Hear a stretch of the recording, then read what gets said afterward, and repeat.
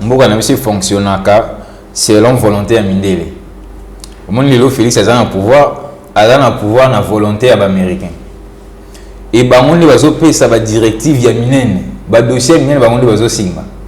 Ba dossier ya minene bango nde bapesaka ba injonction. Alors, en Afrique ezalaka mundele azopesa ba injonction, yo po le travailler, moi et le ça le lieu c'est le pour na peuple, ça pour na yo moko. C'est en ce moment-là que je me dis que le Congolais n'est pas l'exemple de ce qu'il dit ou de ce qu'il faut faire. Alors que quand vous passez un message, ceux qui ont un message, les gens ne vont pas admettre cela et les gens ne vont pas vous suivre. Raison pour laquelle je dis soyons productifs des changements. C'est-à-dire que vous êtes président de la République, changeons de mentalité. Yo morona nous changer mentalité. Président de la République a changer la mentalité. Mais est-ce qu'un cabinet n'a collaborateur n'a changer la mentalité? Fayou le Seigneur a la conscience que moi en tant que politicien, quelles sont mes limites, quels sont mes avantages, qu'est-ce que je peux faire, qu'est-ce que je peux ajouter. Fayou n'a pas la conscience profonde. Hormis le pardon, c'est que dans l'engagement, nous avons un poto, Covid, en France, opposant au pouvoir et tout c'est ensemble. Voilà pourquoi ils font front face au Covid. Mais biso, bazaï balobio, ni malemba contribuer entre-temps opinion publique et population population dépend de l'opinion na bino et nazo en pâtir na ba diversion bozo créer et le réseau ma Congo ça va dialogue réseau ma Congo et quand on fera ce dialogue bananga va se retrouver Katoum va se retrouver Poisan grand leader Mbemba va se retrouver d'ailleurs nous les jeunes on ne se retrouve pas société civile et vous allez appeler société civile à Barou bazaka tout ça, donc c'est toujours conglomérat qui se retrouve à Kuna.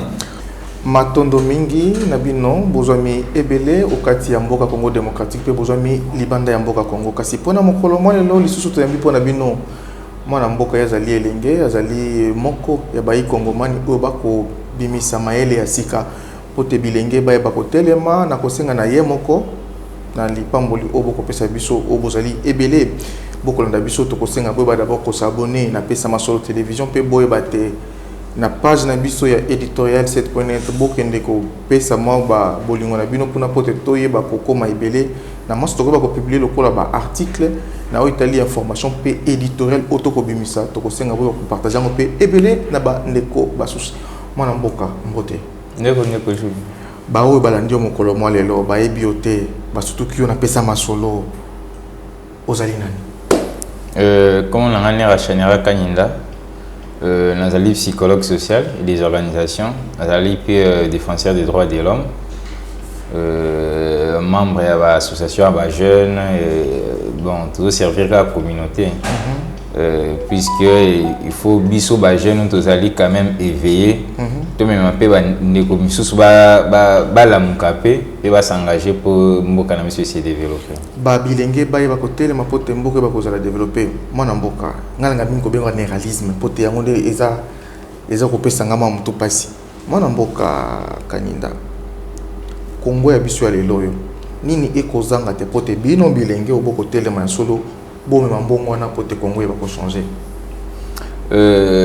pour ngai ça trois biloko izangaka première biloko izangaka richesse richesse ezate yango ezo sala ki biso ba jeune tous à la manipuler biso ba jeune tous à la o ba bengaka na français aliéné donc lo nyonso azo bisa yo zo nimaka ko zolanda kaka parce que muntu azali boso na yo azo kabela mbongo ye muntu azo pesa yo quand même lo ko futa transport mais latina tongo deuxième lo ko zo boma biso za engagement eza que pour Nabiso, le président Azawana, président de la République, il ne faut pas comme le Nabiso, Pangu, Balabala, il ne coûte pas trouver la solution, c'est que le bourgmestre a trouvé la commune, il ne faut pas trouver solution au chef de quartier, à régler dans le quartier, alors que Biso, tout ça, la part des choses, il y a l'eau, la gestion, la Mboka.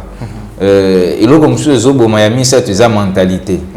Le fait que la richesse est athée, le fait que l'autorité de l'État est athée, le fait que tout ça qu'on l'appelle bien, et ça, qui est tout ça, la mentalité, il y a bien. Alors, mentalité, il y a bien, c'est la façon à remonter la macam.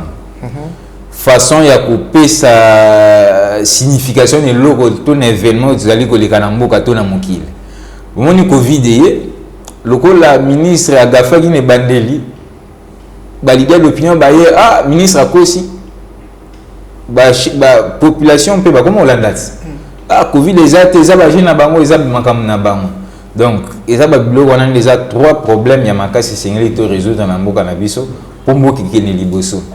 Ceux qui te résoudre 3 problèmes, les restes des choses, biso mon te trouver la solution.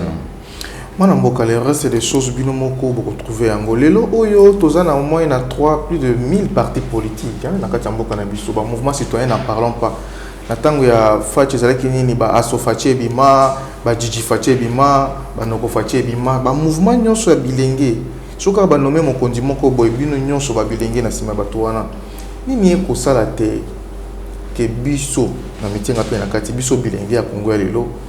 Toi bakozala na liso mon côté na Italie lobby ya Congo kasi tokotala mabumu na biso pe tokotala kaka na molaya zo na biso eza dû à quoi ezali na avancer la question bon na pesa question on a posé système politique oyo lelo tozanango est-ce que ça peut répondre objectivement na ba besoin de la population congolaise système politique je répondre d'ailleurs ils ont adapté déjà mboka na biso fonctionnaka selon volonté ya mindele.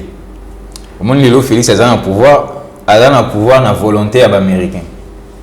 Et bah on va faire ça va directive ya minene, bah dossier minene bah on va sigma, bah dossier minene bah on va faire ça avec injonction.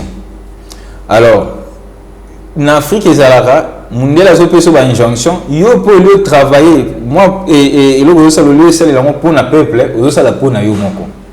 Et le ça la rappel des fois ya moi. Ne ba lobby na ingo benga nééralisme. Moni nééralisme c'est que na kanisa qui to na chango mise en place tant na G2. En G2 na tant en psychologie déjà na G1 ba tant psychologie générale ba tant comment est-ce que muntu azali ndenge nzamba sala muntu fonctionnement ezaleli. Et là on dit mais ça là que muntu a se comporter de façon X ou Y. Maintenant, c'est rendre compte que Makambazo Teng Sabiso, professeur, a la contraire. C'est-à-dire, il vous dit, ceux qui n'ont pas routine, papa, maman, état d'esprit, et si tu as une interrogation ce jour-là, les gens ont facilité ou échoué. Mais qu'est-ce qu'en réalité, sur le plan académique, on met en place pour nous permettre que nous dans une situation traumatique, stressante, et permettre à ça l'examen bien? Vous voyez?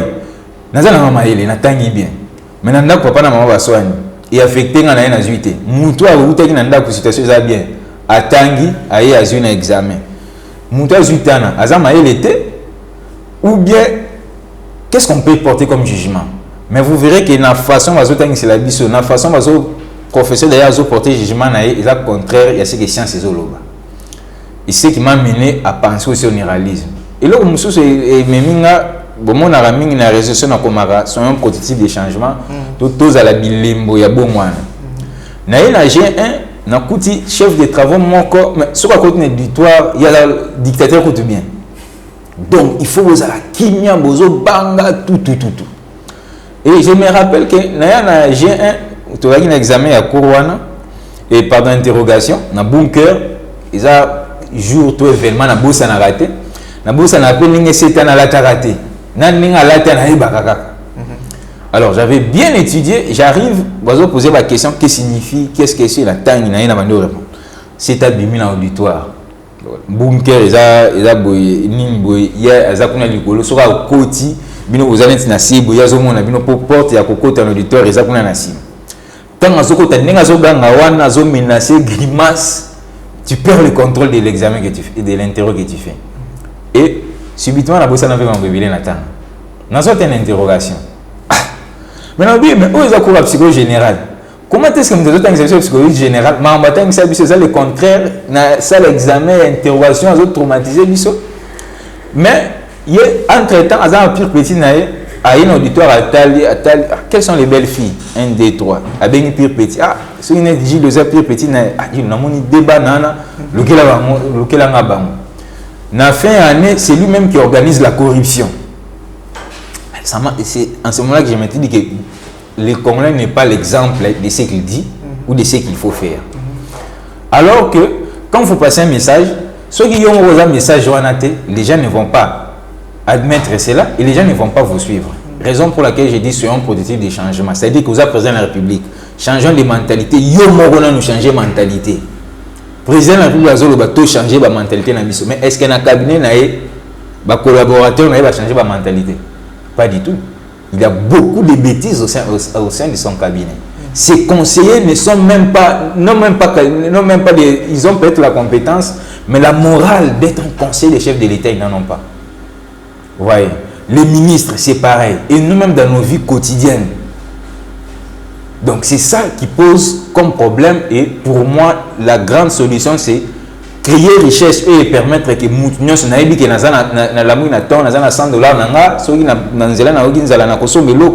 $100 transport et permettre d'être autonome sur le plan financier et même sur le plan mental. Parce que quand je ne dépends pas de quelqu'un financièrement, je vais faire les choses selon moi. Deuxième des choses, c'est les changements de mentalité.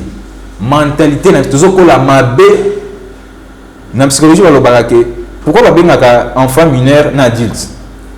Un enfant, c'est celui à qui on inclut au bataille comment vivre, comment s'épanouir. Quand on est adulte, c'est-à-dire que autant de choses, des choses, on a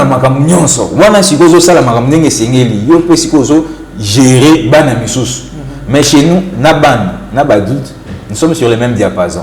Donc, nous avons la mabé, tant que nous avons Nicolo, nous avons éduqué, nous avons éduqué bien, nous avons la base bien. Raison pour laquelle il faut tout travailler sur le changement de mentalité. Et pour Nanga, c'est le grand cheval de bataille, espérant que les moyens se feront voir pour mettre tout en œuvre.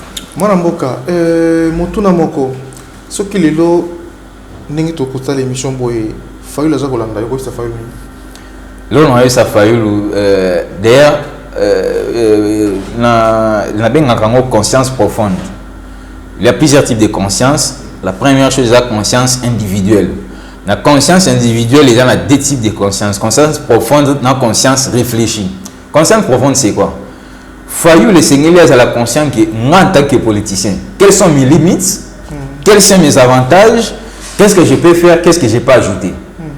Fayou n'a pas la conscience profonde. La conscience réfléchie, c'est quoi? Nous sommes devant une situation donnée. Comment est-ce que le Seigneur n'a se comporté? Quel est le message que je peux donner? Qu'est-ce que je peux faire? Il a aussi ses déficits, ses différences. Il y a conscience réfléchie. Dire que vous êtes devant une situation, il y a un obstacle à Félix. Mais le problème est pour apporter solution, ce n'est pas solution, ça ne dépend de Félix. Si moi je vais proposer une alternative, est-ce que l'alternative que je vais proposer, il faut dépendre de Fayou ou de Félix? Pas du tout. La communication pour le développement doit dépendre de soi-même.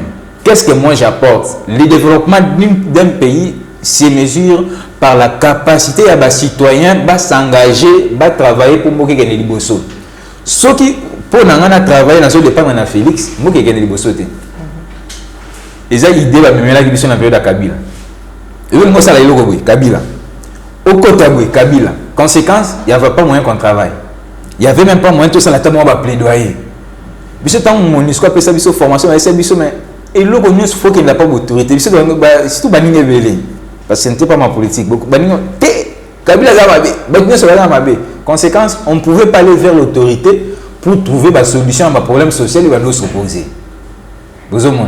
Alors, c'est ce message que je vais donner à Fayou, c'est qu'il fasse d'ailleurs la conscience profonde. Parce que moi, je le connais personnellement en fait. On a eu à travailler, on a eu déjà échangé avec lui. Et moi, en tant que psychologue, à tête sur la où j'étudie la personne. Je sais ce qu'il est, je sais ce qu'il défendait. Ce qu'il nous avait donné comme impression, ce n'est pas ce qu'il est aujourd'hui. Aujourd'hui, ce qu'il est, c'est que nous avons l'obstacle à Félix, obstacle à IDPS, obstacle à Cash. Pardonnant qu'il les a Félix, et puis il a dit ces pardons-là, si c'était fait dès le début, peut-être on allait déjà avancer. Hormis le pardon, c'est que dans l'engagement, nous avons un poto, Covid, en France, opposant au pouvoir et tout cet ensemble. Voilà pourquoi ils font front face au Covid. Mais biso, bazaï balobi ni malemba contribuer entre-temps opinion publique et population population dépend de l'opinion na bino et nazo en pâtir na ba diversion bozo créer classe politique au bazo tala yo tu es bien que non président Félix Antoine Tshilombo aza moto ba promesse a promis biso le 27 juillet 2019 que à quoi annoncer création et fonds de l'octroi crédit pour Nabilingue. Ils ont promis ça les matis sur que ça la est-ce qu'elle appelle comment on a jourté quand vous êtes là vous copiez sa message parce que vous allez jeunes. Oui. Et d'ailleurs là je signale aussi que je suis membre du mouvement des jeunes pour l'entrepreneuriat stratégique. Ils ont ASBEL les un objectif de incuber l'entreprise et ils ont créé depuis juin 2019. Mais maintenant c'est tout ça là il est là ici maté pourquoi parce que mentalité ya ba dirigeant na biso ezamabe. Boye na présidence au boké na ministre de la jeunesse na ministère ya petite ya petite et moyenne entreprise font moko wana za ya ba jeune mais jusqu'à présent il n'y a rien de concret. Et puis le président Félix, c'est ce que j'ai dit tout à l'heure, il y a des phasages entre yé na cabinet na yé. Donc lui promet, mais ce qu'il promet là, ce n'est pas dans la tête de ses collaborateurs. Parce que lui met une politique, ceux qui doivent mettre en œuvre ne les mettent pas en œuvre. Ils sont là pour ça la prestige, pour bagbaye baga kazaka pemé na président, na cabinet président, en réalité ils ne font rien. Biso to lancer fonds pour on veut créer un fonds pour le financement il y a entreprise à la jeune. Mais on veut ouvrir le compte bancaire, on nous dit il faut avoir les certificats d'enregistrement, l'avis favorable des ministres. On part au secrétariat de la jeunesse, on nous dit pour avoir ces documents-là, il faut payer $120. Toute une panoplie à ma condition. Mais moi, je n'ai pas d'emploi, je ne travaille pas. Mais vous me dites d'aller chercher $120 pour créer un compte bancaire, pour avoir un document qui me permettrait de créer un compte bancaire pour me créer et aider à créer une entreprise. $120 dans le j'arrive au secrétariat, mais je trouve la place où ils ont base même secrétariat jeunesse, où ils ont base encadrement des jeunes. Mais ça, c'est une poubelle. Permettez-moi de dire les termes. Donc, président Place Azali a conscience que les jeunes sont abandonnés à leur triste sort et depuis qu'il a eu le pouvoir, rien ne s'est fait en faveur des jeunes. Et c'est tout le bango pour les jeunes, ils ont accessibilité, il y a des fonds, il y a lobby. Puis font le gaz au créé, si le bagata et bandeli à fond. Suite à banaraté. Et quels sont les jeunes entrepreneurs ou les jeunes au bazo bénéficier même de la politique ou de la volonté chef de l'État? Bazaté. Aucun jeune. Vous êtes conseiller à la jeunesse, vous êtes biso maman moro ou talibanda et réalité mbokate, elle n'a même donc ce qu'elle fait est même en déphasage avec ce que le président dit et c'est même que ce dont les jeunes ont besoin de faire. Donc c'est une occasion pour moi. Je ne sais pas dire interpeller les chefs de l'État si c'est le mot approprié ou même les contraindre parce qu'il y a un devoir, on a la rédévabilité, un gouvernant, tout gouvernement est rédévable envers la population, il y a un devoir, on a la rédévabilité, surtout envers les jeunes qui a s'assurer que on a promettre et ça nous les manandeng et singel. Manamboka néralisme aux alliés idéologie aux anango. Le 2 août, déjà pour rappeler l'événement, le 2 août 97. Le 2 août, c'est que je me rappelle, déjà on a créé ça pour détenir le génocide, le massacre. Comme toujours d'ailleurs, bon, je ne sais pas si au Congo on peut situer crime, massacre, génocide, na date manquante. C'est très difficile. Il y a des morts chaque jour et ces morts chaque jour quand vous échangez avec vous échangez précédemment, moi je voulais dire que pour le massacre ici là, parce que vous avez évoqué quelque chose, par exemple, on est en France, ceux qui me c'est tout le monde qui se mobilise. Chez nous, si on ne se mobilise pas, c'est une culture. Chez nous, on nous a inculqué que bah, c'est normal. Et puis, quand vous voyez les trucs à l'est, là, tous à la rapper pour les tous le rapper pour les baguerres de les mana est, qui sont à la base, ils sont à Kinshasa, Bazan Lubumbashi, Bazan la Bukavu, Bazan Bushmaï, ils sont dans la position, ils sont dans le gouvernement. Et tous ces acteurs-là, ce sont des acteurs cachés, mais qui mettent le groupe rebelle en évidence. Mais on va bénéficier d'une exploitation de mine, d'une exploitation de nzete, tout ça. Et ce sont ces gens-là qu'on doit mettre à découvert. Ce sont ces gens-là qu'on doit mettre à découvert. Et le président de la République, guerre est aussi la raté, dans la période de Kabila. Pour y avoir un bilo, guerre ici là. Bozu Kabila, Bozu John Numi, Bozu Katumbi, Bozu Muzitu, Bozu Matata Pone Ouvani ici Bango. Qu'est-ce que toi tu connais? Quelle est ta part des choses dans ce qui se passe à l'Est? Et si vous mettez chacun découvert, moi je vous assure que la guerre va cesser. La guerre ne cesse pas parce que nous-mêmes nous sommes complices de cette guerre-là. Et ces leaders d'opinion, Bazo, trompé Batou, Bango ne Bazan Asimaya Baguerre Wana. Et si vous voulez que la guerre se termine, on doit mettre à découvert tous ces leaders d'opinion. Cela permettra à ce que les multinationaux Bazan Banda. Travailler pour entretenir la guerre dans STT. Et ça sera une occasion où, même quand une petite personne meurt par un petit assassinat, tout le monde va se réveiller. Les gens ne se réveillent pas parce que tout ça peut la mentalité à passivité. Déjà, tout ça, tout. Et cette passivité-là est entretenue par les leaders politiques et même par ces leaders où la guerre de Salamana Est. Toujours question sur mon amboka. Tous autant vers la fin. Mon tour est simple. Tant que la mouka, otali FC, otali cash, otali la société civile, la structure union soana, ba ko senga to ke na dialogue. Pour na yo tant que elenge, ozo mona par na kati. Bon, beaucoup tout est et le réseau ma Congo ça va dialogue. Dialogue réseau ma Congo et quand on fera ce dialogue, banana va se retrouver. Katoum va se retrouver, un grand leader, Mbemba va se retrouver. D'ailleurs, nous les jeunes, on ne se retrouve pas. Société civile, et vous allez société civile, tout ça, donc c'est toujours conglomérat, va se retrouver. Pour moi, le dialogue, c'est changement de mentalité. Qu'est-ce que moi je peux faire en tant qu'opposant pour me que les liboso? Qu'est-ce que moi je peux faire en tant que jeune pour me que les liboso? Moi, en tant que ministre, et c'est une salle.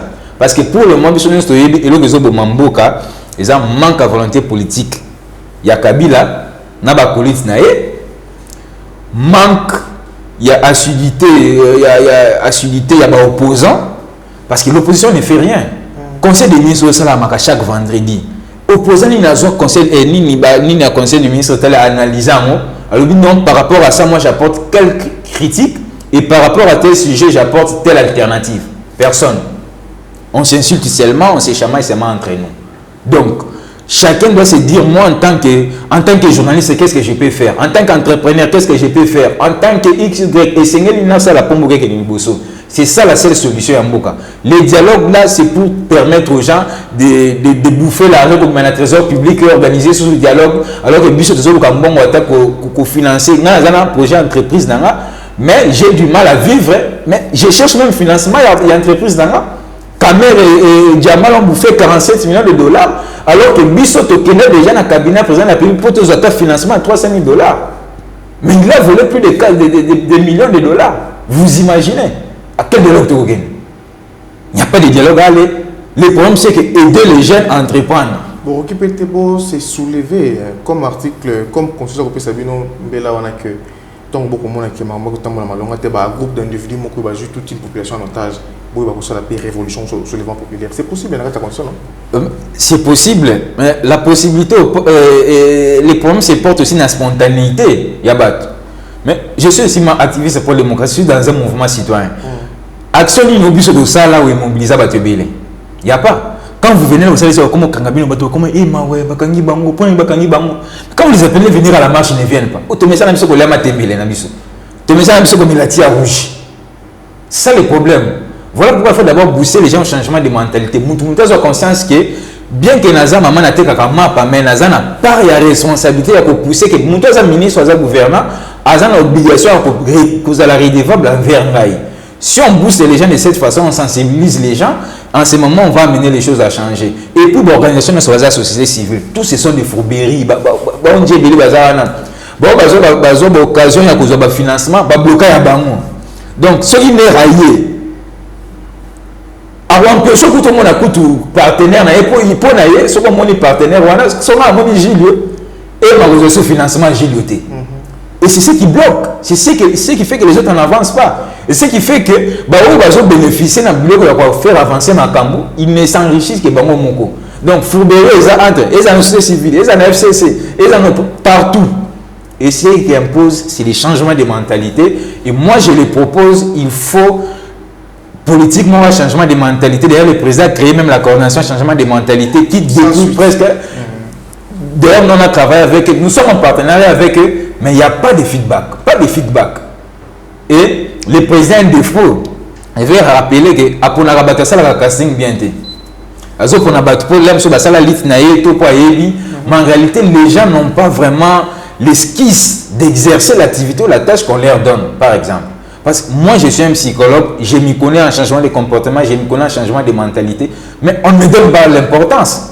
Tu peux être là, peu importe ce que tu dis, ça rentre et ça sort, parce qu'ils ont leur intérêt, ils suivent seulement, ils veulent seulement ce qu'ils font. Le président doit apprendre à faire un bon casting, revoir son cabinet, revoir les gens avec qui il travaille et savoir que moi je vais atteindre un tel but.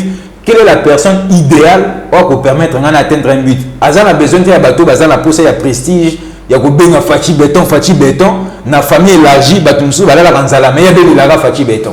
Donc, devant Fachi, il est incapable de même dire à Fachi que voilà tel problème, apportant telle solution. Rien. Moi, je suis tozi motuni asuka, aux Anakisasa, au gouverneur Kimbota. Oui. À l'écart déjà. Oui. Au Landi Ngobila. Oui. Oui. Aux psychologues. Est-ce que Ngobila Penaza a une carrure scientifique ou soit politique ou bien stratégique à pouvoir diriger avec ça? Déjà en termes idéal, FCC, n'a mon idéalité pour le moment. C'est vrai que bazama les bazama compétence, mais idéal en termes il y a réalisation de soi, en termes il y a aspiration élevée. Pour moi, ça aspiration élevée, il est ancré de valeurs. En ça, valeur ou à défendre. Pour lui, quand on n'est pas dans ces valeurs-là, il ne peut pas s'engager. Il a d'abord des problèmes sérieux par rapport à Yumbi ou à Tikawana.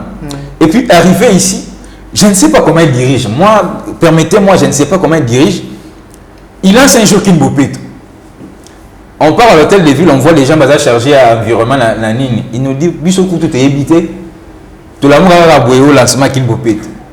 Mais les gens, les spécialistes d'environnement, dans l'hôtel de ville, ils ne savent pas du projet. Donc, à l'allée à la Mouki, à l'autre qu'il bopet, à lancer le projet sans plan d'action, sans quoi il ne sait même pas comment s'y prendre. Bon, tout n'a eu le long mobile. Bien que vous avez pas de ça. Vous avez besoin de tout nier. Plan d'action n'a eu prévoir qu'il y a un plan d'action n'a eu un projet. Ou là, ça qui quand quel est le premier résultat au pouvoir qu'il atteindre? Quelles sont les activités au pouvoir qu'il a qu'à projet n'a eu? Comment, qu'est-ce que tu avais prévu? Tant que problème est à la sur un projet de développement, voilà, que ça, sur ça, avoir problème, avoir solution, que ça, l'analyse saute, tout n'a pas atteint, avoir problème au salaki, n'a pas solution au salaki pour me monter un projet. Je ne sais même pas si quel expert à mon avis passe à la projet. Donc, c'est quelqu'un qui dirige la ville, c'est comme si la zone il en a celui là moi si naïe, on va celui là moi si naïe, il y a eu ça la exécution en tant que gouverneur. Donc il a un problème sérieux, très sérieux, je vous assure, et il ne mérite pas, pour moi il ne mérite pas d'être gouverneur. Pas à temps m'inquiéter. Ceux qui va tuer on a quand même bon on a pu véler. Évidemment, mais quand je dis sur un des prototypes de changement, je ne le dis pas pour rien. Vous savez quand moi je parle aux gens, bah ça n'a mais bolobara bon tant on comme la dirigeant, au ça bon. Quand tu te retrouves devant un million, tu trahis. Ce n'est pas pour rien que j'ai dit sur un prototype du changement. C'est comme je l'avais dit, quand j'avais créé les slogans là sur un prototype du changement, Totos à la Bilemoya, Bongwana, c'était pour dire que, principe déjà à vie à Mouto Balobaka, que je l'ai dit en français, permettez-moi, toute personne vit, agit selon ce qu'il est tenu. Mouton ça a tenu na ba valeur, na ba principe, na ba idéal, na ba vertu. Mouton so a tenu à subir ou à se soustraire. Il y a des souffrances, il y a des peines. On est obligé de vivre ça. On est obligé de les subir. On ne peut pas se soustraire à ça. Alors, quand on a dit principe, on a dit que nous avons tenu à la vertu, à la principe. Nous avons tenu à vivre à l'obstacle dans le parcours de la vie et qu'on permettre aux à la conscience. J'ai parlé tout à l'heure de la conscience individuelle, conscience profonde, n'a réfléchi.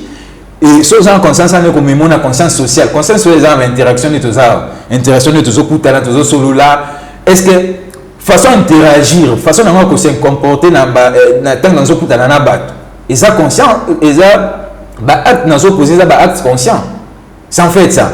Et si dans l'interaction, acte on est conscient, et comme même si on est dans la conscience politique. Conscience politique, c'est la bonne gouvernance. Moi, je l'ai dit et je l'ai toujours dit et je le réitère. Je ne travaille pas avec quelqu'un qui est immoral. Peu importe la pauvreté dans l'aïe. Peut-être les gens ne savent pas parce que c'est souvent inutile de raconter les histoires.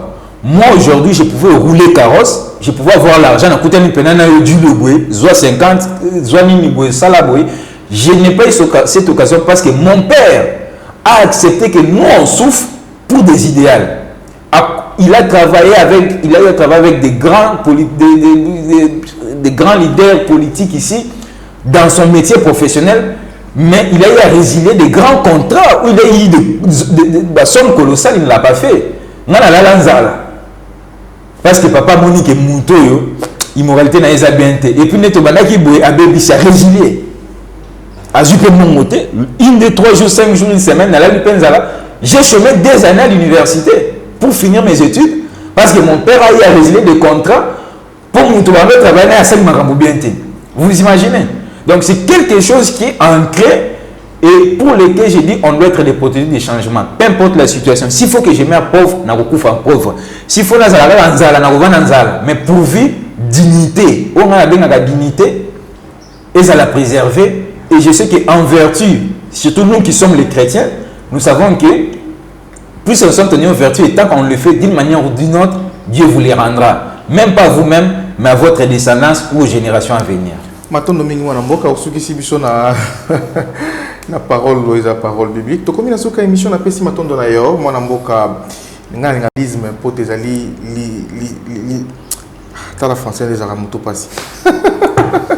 Maintenant, nous avons la caméra, tu as Gianni, ma biala dans la caméra, nous avons maintenant nous José Kaniki. Si je m'appelle Toyamba, moi Namboka, il faut faire lier Mbanga et Belena et Awande aux Alakita qui mais sinon, maintenant d'ailleurs, moi Namboka, n'a pas s'engagé tant que nous sommes tous dans l'information, soit actualité que vous avez manqué, vous êtes toujours disponible. Pour nous que pesa makanisi wayo na kati ya pesa masolo télévision pe moi ndambo makanisi obimis atoko ba kotana ngo na mokoloto na éditorial 7.net ezali site na biso d'information to pesa matano ni Namboka. Ngapena pesa yo matano na mokolo moi lelo ça l'a condensé il y a maïman surtout comme ça si possible.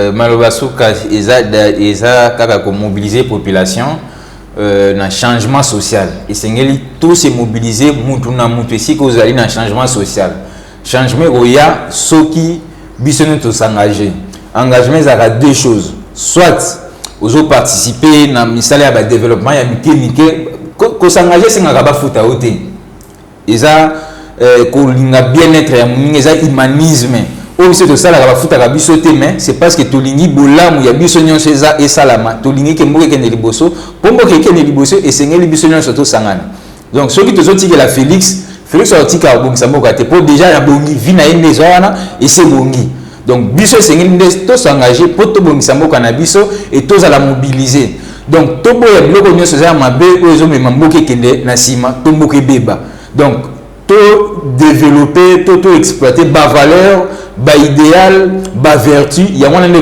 beaucoup liboso. Ceux qui te ont pour na kaka ba politicien, ba ko bongisa vina bango moko, via basi ya bango ya ba makangu na bango, ya bana na bango peut-être, bazagu na bana msusu pe ba kipaka bango te. Donc vous comprenez que biso les gens a devoir ya kwasire vina biso to destiné na biso génération koya eza la génération ko vivre bonheur na mboka na biso pour nzamba ki la RDC pour eza la mboka riche et la mboka bien développé kolekana ba États-Unis ba France parce que ba potentialité nyonso il est que zo singaka ke moko na biso place aux alliés te kaka matembelo te kaka mapa place aux alliés zoa sala babenga nini salubrité zoa sala bopeto ne siko vandi pe muro sala mabe zala na courage ya koyebisa ke ndeko sali mabe a évoluer a changer pour mboka na biso ke ne liboso Matondo mingi merci ndeko soki so zongi lelote ngana bino dokutani lobi Matondo